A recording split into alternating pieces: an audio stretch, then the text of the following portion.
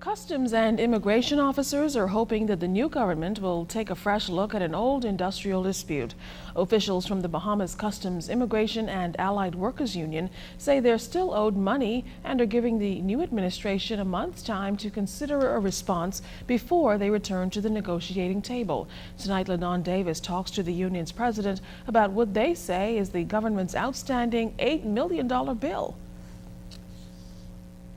Acting President of the Bahamas Customs, Immigration and Allied Workers Union, Sloan Smith, says on average the annual budget for overtime pay for customs and immigration officers who worked beyond their 9-to-5 shifts was $7 million. Mr. Smith says each of the 750 uniformed officers depended on their salaries plus an average of $10,000 in overtime pay per year. The previous administration changed that and introduced a flat rate which paid officers less money. Smith says with a new administration and governance, he is hoping to have the overtime account returned. Government is in a very good position, in our opinion, to maybe do certain things rather quickly to alleviate the burden that is on the officers, that is taxing them physically, and certainly that is causing them to be taken advantage, being disadvantaged by working hours and they're not being properly compensated. But the bulk of the money does not come from the government. Smith says the money comes from other sources. You must appreciate that at least about 80% of that monies never came from the government. It came from the operators, the shipping companies, the airline agents, and private persons coming in. The other 20% is a mere feature of government making provisions for transportation, for persons to go from one island to the next. And so that's a function of government. But while money is a big factor, it's not the only issue. Smith says officers are still not getting the proper weekends off and are still working up to or beyond midnight. He says dozens of immigration officers were since transferred to other organizations for reasons that don't measure up to the offense. They virtually are going to be disadvantaged because promotions will not come in that environment, and opportunities for self-actualization will not come in that environment. It doesn't mean they can't function and learn to function, but they're trained in a particular discipline. Customs and immigration officers say they will give the new administration at least 30 days before they meet candidly to review and discuss these issues.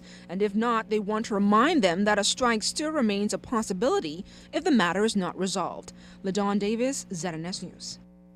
The National Congress of Trade Unions and its affiliates will celebrate the contributions of Bahamian workers during the upcoming Labor Day festivities. Labor Day celebrations will be observed May 21st through June 2nd, and the events will address the theme, A United Force to Move Mountains. Friday, June the 1st, 2012, we celebrate Sir Randall Fox Labor Day Parade and Rally. This year, the parade will leave the historic Windsor Park at 8 a.m., traveling north on East Street to Bay Street, west on Bay Street to Navy Lion Road, south on Navy Lion Road to Blue Hill Road, continuing south on Blue Hill Road into Tonic William Starling Highway, west on Tonic William Starling Highway, concluding at Workers' House grounds, where the Rally and Family Day will take place. Labor Day is celebrated on the first Friday in June, and special tribute will be paid to an outstanding trade unionist.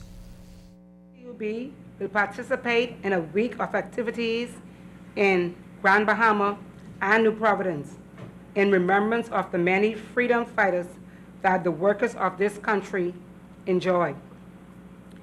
As is our annual custom, the NCTUB will pay special tribute to a trade union leader and recognize that person for their outstanding contribution to the growth and the development of the trade union movement in the Bahamas. This year's honoree is Brother Franklin D.C. Carter. Labor Day activities will close out on Grand Bahama on June 2nd with a church service. More legal arguments took place today in the Anna Garrison murder trial. Fern Carey has this update.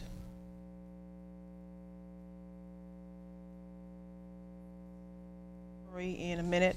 There's more news from the courts today. A disbarred attorney, Ralph Jan Ward, was back in court today as well.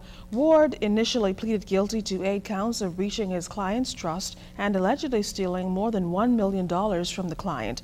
But during today's proceedings before Justice Vera Watkins, the 54-year-old former attorney apparently had a change of heart and pleaded not guilty instead to all 8 charges. Meantime, Ward, who's still on bail, is expected to return to court on Thursday, June 21st. Attorney Muriel Ducille is defending him. Local business owners are learning more about